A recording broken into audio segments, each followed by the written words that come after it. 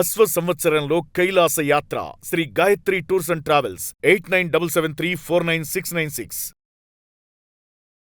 అందరికీ నమస్కారం. Welcome to its UTV. ప్రస్తుతం మనతో పాటు ఉన్నారు ప్రముఖ శ్రీ విద్య ప్రచారకులు, అంతేకాకుండా మైసూర్ అవధూత దత్తపీఠానికి ఆస్థాన విద్వాంసులు, వారెవరో కాదండి, డాక్టర్ క్రోవి పార్థసారథి గారు. వారి దీక్షానామం స్వామి పరమానందనాథ. వారితో మాట్లాడి మనకున్న సందేహాలన్నింటినీ కూడా నివృత్తి చేసుకునే ప్రయత్నం చేద్దాం. నమస్కారం గురుగారు. గురుగారు, మనము పెళ్లిలో చూసుకుంటే ఆడపిల్లకి మెట్టలు అనేది ఇట్లా పెడతారు కదా, అసలు మెట్టల సంప్రదాయం అనేది ఎప్పటి నుంచి వచ్చింది, ఎలా వచ్చింది?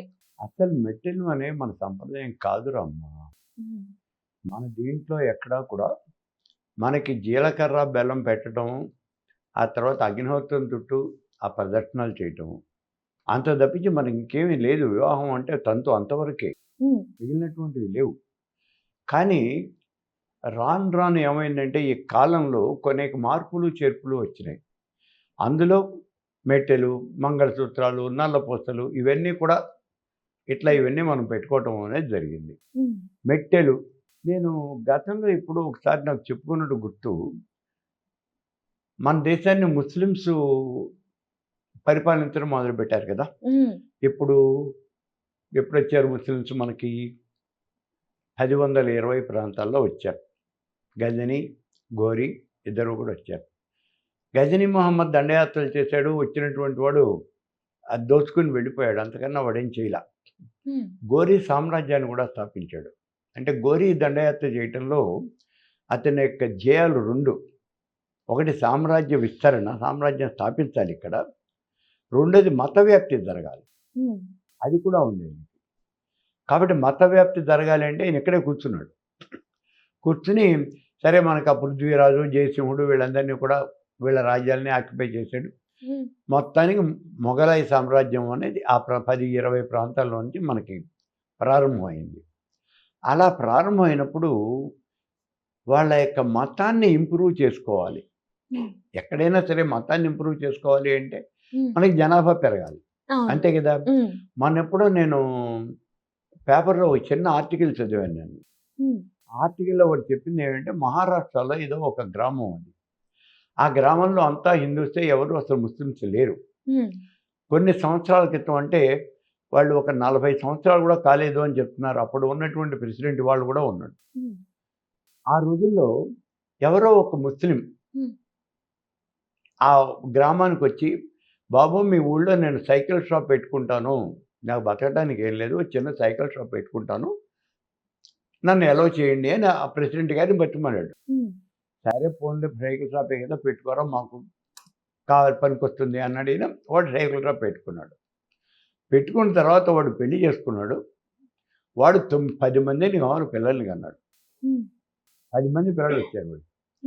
ఆ తర్వాత ఆ పిల్లలందరూ ఆ ఊళ్ళోనే ఏదో ఇలాంటివే ఏదో పని చేసుకుంటూ బతుకుతున్నారు. అలా బతుకుతున్న వాళ్ళు వీళ్ళంతా కూడా పెళ్ళిళ్ళు చేసుకున్నారు. మరి వీళ్ళకి ఒక్కళ్ళకి 10 మంది సంతానం అయిపోయింది. వాడు వేసినటువంటి ఆ పేపర్లో ఆర్టికల్ యొక్క సారాంశం ఏంటి అంటే, ఇవాళ అతడు ప్రెసిడెంట్షిప్కి పోటీ చేశాడు. ఆ ఉన్నటువంటి ఆ ముస్లిము ప్రెసిడెంట్గా పోటీ చేశాడు. పోటీ చేయడానికి ఏమిటి అంటే, వాళ్ళే 3 మంది జనాభా ఉన్నారట, 200 పైన ఉన్నారట వాళ్ళు. ఇప్పుడు ఒక్కడిగా వచ్చినటువంటి వాళ్ళు, అంటే ఆ జనాభాని వాళ్ళు అంత ఎక్కువగా పెంచేసుకున్నారు. అదే వాళ్ళ యొక్క జయం. ఇప్పుడు ఆ గోరీ సమయంలో కూడా ఇదే జరిగింది. జనాభాని పెంచుకోవటం అనేది వాళ్ళ యొక్క మెయిన్ మోటో. మరి జనాభా పెంచుకోవాలి అంటే వాడికి, అందుకే వాడికి బహుభార్యాత్వము, ఎక్కువ మందిని పెళ్లి చేసుకోవచ్చు. ముస్లిమ్స్లో మాకు అది ఉన్నదండి. ఎక్కడి నుంచి ఉన్నది? ఏం రాసుకున్నారు? మీరు రాసుకున్నది మీకు ఉన్నంతవరకే. అయితే ఇక్కడ ఎక్కువ మందిని వాళ్ళు వివాహం చేసుకోవటం మొదలుపెట్టారు. వివాహం చేసుకోవాలంటే పిల్లలు దొరకాలి కదా. వీళ్ళందరినీ మనకి అక్కడి నుంచి ఆఫ్ఘనిస్తాన్ నుంచో, లేకపోతే ఇప్పుడు మధ్యాసియా నుంచో వాళ్ళు దిగుమతి చేసుకోలేదు కదా. ఇక్కడ దొరికిన వాళ్ళని దొరికినట్టు వాళ్ళు పెళ్లి చేసుకున్నారు. వాళ్ళని ఎలా పోషిస్తాము అనేది అసలు వాళ్ళకి అది మెటీరియల్. ఆ చేసుకున్నటువంటిది అదే కూలి పని చేసి పట్టుకొచ్చి వీడికి కూడా అన్నం పెడుతుంది. అదే వాళ్ళ కాన్సెప్ట్. అలా వచ్చేప్పటికి ఏమైంది, వీళ్ళందరితోనూ కూడా ఒకడు 4-5 పెళ్లి చేసుకున్నాడు. ఇంకా వీలైతే 10 మందిని చేసుకున్నాడు. ఒక్కొక్కడికి ఒక్కొక్క అమ్మాయికి 10 మంది పిల్లలు కనుక పుడితే 4 భార్యలు ఉన్నారు కాబట్టి 4 పదులు 40 మంది పిల్లలు పుట్టేశారు వాళ్ళు. తొందరగా పెరిగిపోయింది వాళ్ళ అంతేగా. సంఖ్య అంతా. ఉమ్, కౌరవ సామ్రాజ్యం వల్ల జమ్మంటూ పెరిగిపోయింది వాళ్ళు. ఉమ్, అలా పెరిగిపోతున్నటువంటి సమయంలో ఈ ఆడపిల్లని ఎత్తుకెళ్ళిపోయి పెళ్లి చేసుకుంటున్నారు. ఎవడిస్తాడు వాళ్ళకి? ఎవరికి పిల్లని ఇవ్వడు కదా. ఉమ్, ఉమ్, అందుకని వాళ్ళు ఎత్తుకెళ్ళిపోయి పెళ్లి చేసుకుంటున్నారు. ఇలా ఎత్తుకెళ్ళిపోయి పెళ్లి చేసుకుంటే మనకి ఇబ్బంది వస్తుంది. మన పిల్లల్ని మనం రక్షించుకోలేకపోతున్నాం. ఉమ్, మీరు రక్షించుకోలేరా? మేము రక్షించుకోగలిగితే గోరీనే అసలు ఇండియాకి వచ్చేవాడు కాదు కదా. ఉమ్, ఉమ్, అందరూ మాలో మాకు పడదు. ఉమ్, అవతలవాడు అంటే నాకు పడదు కదా, నేనంటే వాడికి పడదు. కాబట్టి మీ ఇద్దరు కొట్టుకుంటాం. ఇప్పుడు ఏం చేయాలి అనే ఇది వచ్చినప్పుడు, మీమాంస వచ్చినప్పుడు ఉమ్, పండితులంతా కూర్చుని ఒక చర్చలు చేశారు వాళ్ళు. ఎలా సొల్యూషన్ కావాలి, ఉమ్, ఏమిటది. అప్పుడు వాళ్ళ దగ్గర ఉన్నటువంటి మైనస్ పాయింట్లు ఏంటి, మన దగ్గర ఉన్న ప్లస్ పాయింట్లు ఏంటి, ఇవన్నీ కూడా చాలా జాగ్రత్తగా కూలంకుషంగా వాళ్ళు పరిశీలించారు. ఉమ్, వాళ్ళలో ఉన్న మైనస్ పాయింట్ ఏమిటి అంటే, వివాహం అయినటువంటి స్త్రీ జోలికి వెళ్ళకూడదు. ఉమ్, అది వాళ్ళ కులంలో ఉందట. వాళ్ళ పాలసీ. అది ఒక పాయింట్. అది మనకు ఒక పెద్ద గొప్ప పాయింట్గా దొరికింది. అది వాళ్ళు ఆ స్త్రీ జోలికి వెళ్ళరు. అదొక్కటే మనకి మెయిన్. కాబట్టి ఇప్పుడు మన పిల్ల జోలికి, మన పిల్ల రోడ్డు మీద పెడుతుంది. ఇద్దరి జోలికి రాకుండా ఉండాలంటే ఏం చేయాలి? దాన్ని పెళ్ళైపోవాలి. దాని వెనకాల ఎంతకాలం తిరుగుతాం మనం, ఎంతకాలం కాపలా కాస్తాం. కాబట్టి ఇటువంటిది ఏదైనా ఒకటి కావాలి. ఓ రక్షణ వలయం కావాలి. రక్షణ వలయం అంటే అమ్మాయి పెళ్లి చేసేస్తే సరిపోతుంది. సరే, పెళ్లి చేసేయాలి. పెళ్లి చేయాలి అంటే ఎలా? అప్పుడు వీళ్ళు ఏం చెప్పారు? చిన్నపిల్లకే పెళ్లి చేసేయండి ముందు.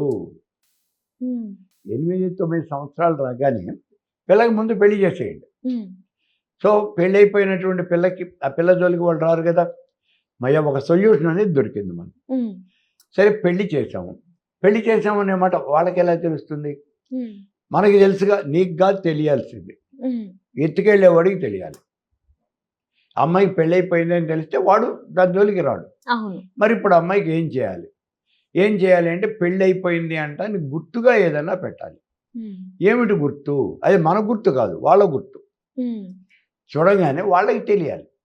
వాళ్ళకి తెలియాలి అంటే కాళ్ళకి మట్టెలు, మెళ్ళో ఉన్నటువంటి నల్లపూసలు, ఈ రెండు కూడా వాళ్ళకి ఆచారం, మనకు కాదు. వాళ్ళకి ఆచారం. అందుకని వాళ్ళ ఆచారాన్ని కనుక మనం పెడితే, ఇప్పుడు మట్టెలు కనిపించగానే ఓ వెట్టెలు పెట్టుకుంది, అమ్మాయికి పెళ్ళి అయిపోయింది అనే సంగతి వాడికి తెలుస్తుంది. మనకు కావాల్సింది అది. అందుకని వెంటనే మనం కూడా మెళ్ళో మంగళసూత్రాలు కట్టించడం, మంగళసూత్రాలు కాదు, నల్లపూసలు కట్టించడం, అలాగే కాళ్ళకి మట్టెలు పెట్టించడం, ఈ 2 పనులు చేశారు మన వాళ్ళు. ఇది ముస్లిం సంప్రదాయం. అది వాళ్ళ సంప్రదాయం, ఫస్ట్ వాళ్ళ సంప్రదాయం. అది తీసుకొచ్చారు.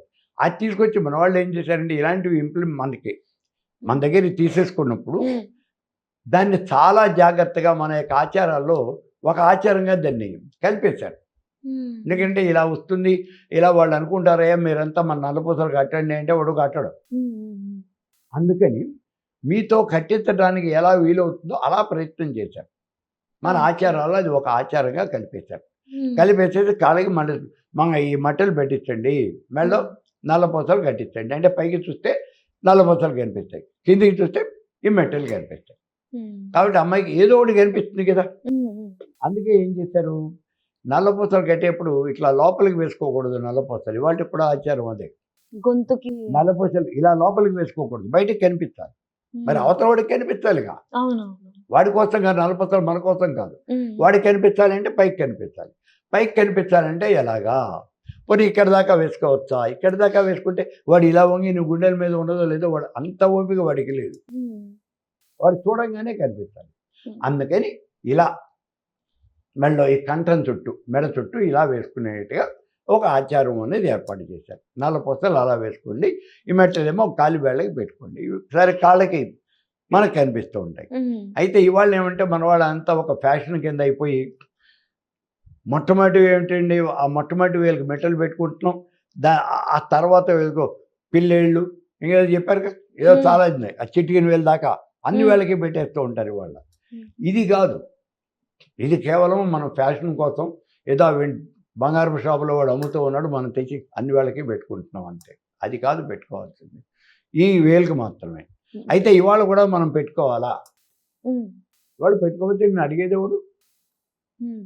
దాని పర్పస్ ఇవాళ లేదు కదా. అవునవును. ఆ రోజున నది దాటాలి అంటే నువ్వు ఒక తెప్ప కావాలి, ఆ తెప్పని తెచ్చుకున్నావు నువ్వు. హ్మ్. ఆ తెప్పని సహాయం తెచ్చుకుని మెట్టెలు తెచ్చుకొని నువ్వు బయటపడ్డావు. హ్మ్. అంతవరకు అయిపోయింది. మరి ఇవాళ బయట పడిపోయినావు. హ్మ్. ఇవాళ నిన్ను ఎత్తుకుపోయేవాడు లేడు, నేను అటువంటి ప్రమాదం మనకు లేదు. అవును. కాబట్టి ఇవాళ మనం మెట్లు పెట్టుకోకుండా మానేయచ్చా? శుభ్రంగా మానేయచ్చు. మానేయచ్చు. అందులో పెద్ద ఇబ్బంది ఏం లేదు. నీకు వివాహ తంతులు అదేమి పెద్ద ఇదిగా రాసి పెట్టలేదు లేదు అక్కడ. ఓకే. మరి నలపూసలు ఇవన్నీ కూడా ఇప్పుడు అలంకరణార్థం. హ్మ్.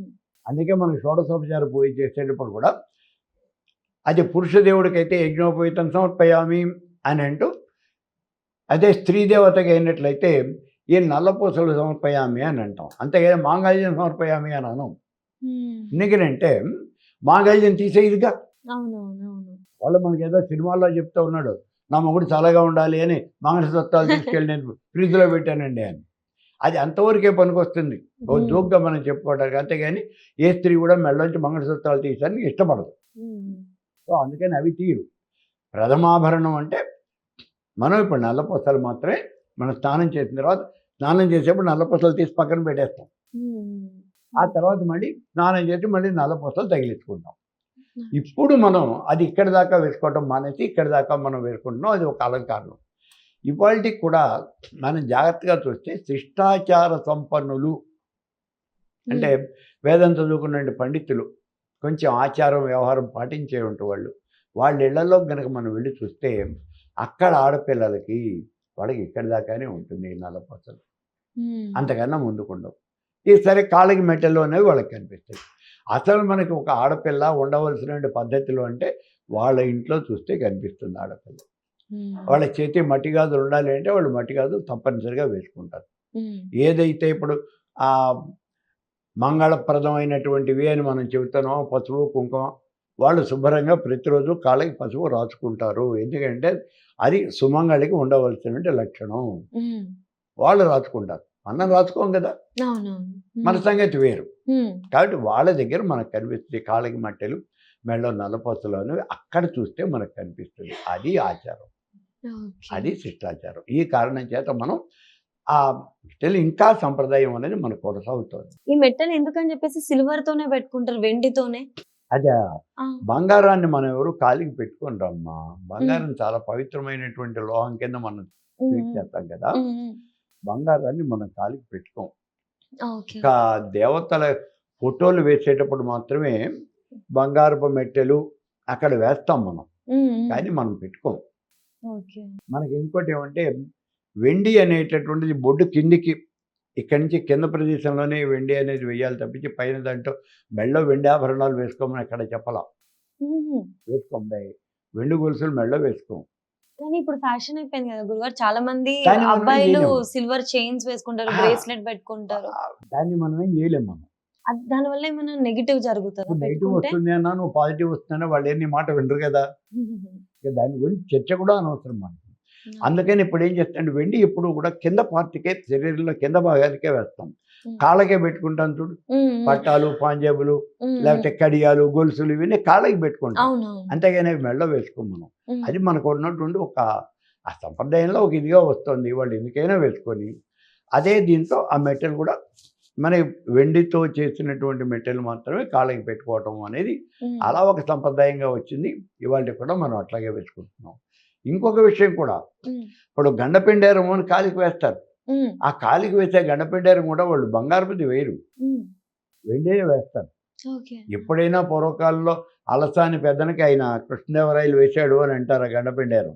ఆ గండపిండారం మరి ఆయన అన్న బంగారపుది వేశాడేమో మనకి తెలియదు. గండపిండారం వేశాడు అనే ఉంటుంది తప్పించి అది ఫలానా మెటల్తో తయారు చేశాడు అనేటటువంటిదే ఉండదు. ఎందుకంటే అక్కడ దాని వాల్యూ అనేది ఆ గండపిండేరం కాబట్టి దానికి వాల్యూ ఉంది, అంతేగాని అందులో ఉన్నటువంటి బంగారానికి వెండికి కాదు వాల్యూ ఉండేది. మెటల్కి కాదు. అబ్బే మెటల్కి కాదు, అక్కడ దాని పేరుకే ఉంటుంది. అందుకే అదేదో ఒక సినిమాలో మీకు శంకరాభరణం సినిమాలో శంకర్ శాస్త్రి గారితో చెప్పిస్తాడు, డైలాగ్ చెప్పిస్తాడు ఆయన. ఆయన తాకట్టు పెట్టడానికి వెళ్ళినప్పుడు ఆ కాలికి ఉన్నటువంటి గండపిండేరం ఉడదీస్తూ అప్పుడు చెప్తాడు, చీల ఉడదీస్తూ, దీని విలువ ఎంతో నాకు తెలియదయ్యా, అది కూడా నా శరీరంలో ఒక భాగం అనే నేను అనుకుంటూ ఉన్నాను ఇంతవరకు. ఇప్పుడది నీకు నేను తాకట్టు పెట్టేస్తాను. అవి తీసుకుని నువ్వు ఎంత ఇస్తావో ఇవ్వు అని అడుగుతాడు. అది దానికి ఉన్నటువంటి ఆ పేరులో ఆ గడ్డ పిండేరం అనేటువంటి దాంట్లో ఉన్నది తప్పించి అవి తీస్తే ఎంత మహా అయితే ఓ 1/4 కిలో వెండి వస్తుంది. అందుకని నేను రాదు. ఓ 1/4 కిలో వెండి అంటే సరే పోనీ ఇవాళ కిలో ₹1,00,000 వేసుకున్నా 1/4 కిలో అంటే 25,000 కానీ ఎక్కువ రాదు. సో అది అలా ఎక్కువ మెటల్ వాల్యూ అనేది ఎక్కువ ఉండదు. దానికి ఆ వాల్యూ అనేది ఒకసారి ఎప్పుడో నన్ను మా వాళ్ళే అడిగారు, మా ప్రిన్సిపాలే అడిగాడు. నా కాలికి గండ పిండేరం ఉంది చూసి ఇది ఎంత ఉంటుంది అన్నాడు. మా అయితే ఆ రోజున ఎంత వెండి కిలో 5,000గా ఉన్నట్టుంది. అది ఎంత ఉందని మా అయితే ఓ 1/4 కిలో ఉంటుంది అన్నాడు. అంటే ఓ 2,000 పెట్టుకుంటే నేను చేయించి వేసుకోవచ్చా అన్నాడు. వేసుకోవచ్చు. అప్పుడు నీ కాలికి వేసుకున్నా ఉప్పరదాని కాలికి వాడు అది కడిగి వేసుకుంటుంది ఆవిడ, అమ్మాయి ఉప్పర్లు. మరి దానికి దీనికి తేడా ఏమి ఉండదు నువ్వు వేసుకుంటే. అదే నేను వేసుకున్నాను అనుకో, దానికి వాల్యూ అనేది ఉంటుంది. ఇదే మాట చెప్పాను, నేను వేసుకుంటే వాల్యూ ఉంటుంది, నువ్వు వేసుకుంటే వాల్యూ ఎక్కడ ఉంటుంది.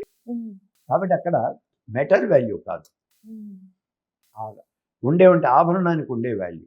అలాగే ఇక్కడ కూడా ఈ మెటల్ కూడా వాళ్ళు వెండివి లేదా ఇంకో మెటల్తో ఏ మెటల్తో చేయించినా అవి ఉన్నాయా లేదా అవి వివాహం అయినటువంటి వాళ్ళే వేసుకుంటారు.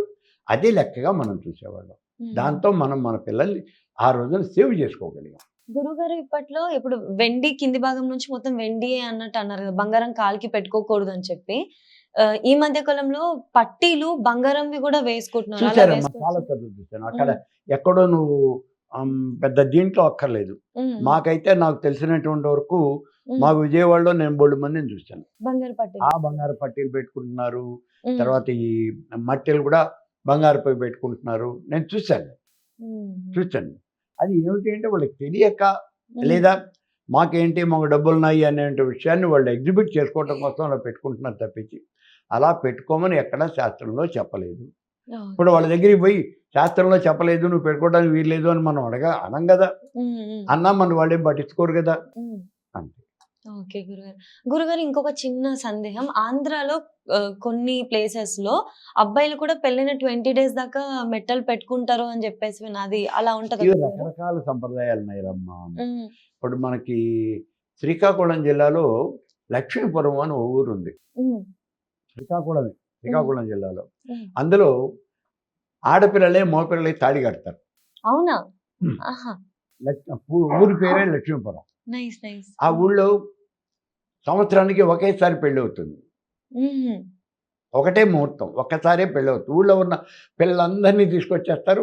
వాళ్ళు ఎవరెవరిని చేసుకోదలుచుకున్నారో వాళ్ళందరినీ లైన్గా కూర్చోబెట్టేస్తారు. అందరితోనూ ఒకేసారి తాళి కట్టించేస్తారు. మళ్ళీ సంవత్సరం దాకా పెళ్ళి అవుతుంది. కొన్ని చోట్ల అయితే వాళ్ళు వెతుకుతూ ఉంటారు, వాళ్ళకి నక్క దొరకాలి. నక్క ఆ నక్క దొరికిన రోజునే ఇక్కడ పెళ్ళిళ్ళు చేస్తారు. వాళ్ళు ఏదో నక్క బొక్కలాళ్ళు అనేదో ఒక విచిత్రమైన పేరుతో పిలుస్తారు. కాబట్టి అనేక రకాలైన సంప్రదాయాలు ఉన్నాయి. వాళ్ళు పెట్టుకుంటారు కదా అంటే పెట్టుకుంటారు. ఇప్పుడు వీళ్ళు తాళే కట్టుకుంటారు అన్నాడు కదా, దాని మీద పెద్ద ఆర్టికల్స్ కూడా వచ్చినాయి. నేను చదివిన ఆర్టికల్స్ కూడా వచ్చినాయి. నేను కూడా పుస్తకంలో ఎక్కడో రాశాను. నన్ను ఇట్లా పలానా సంప్రదాయం ఉన్నది పెళ్ళి అన్నప్పుడు ఉన్నది అని.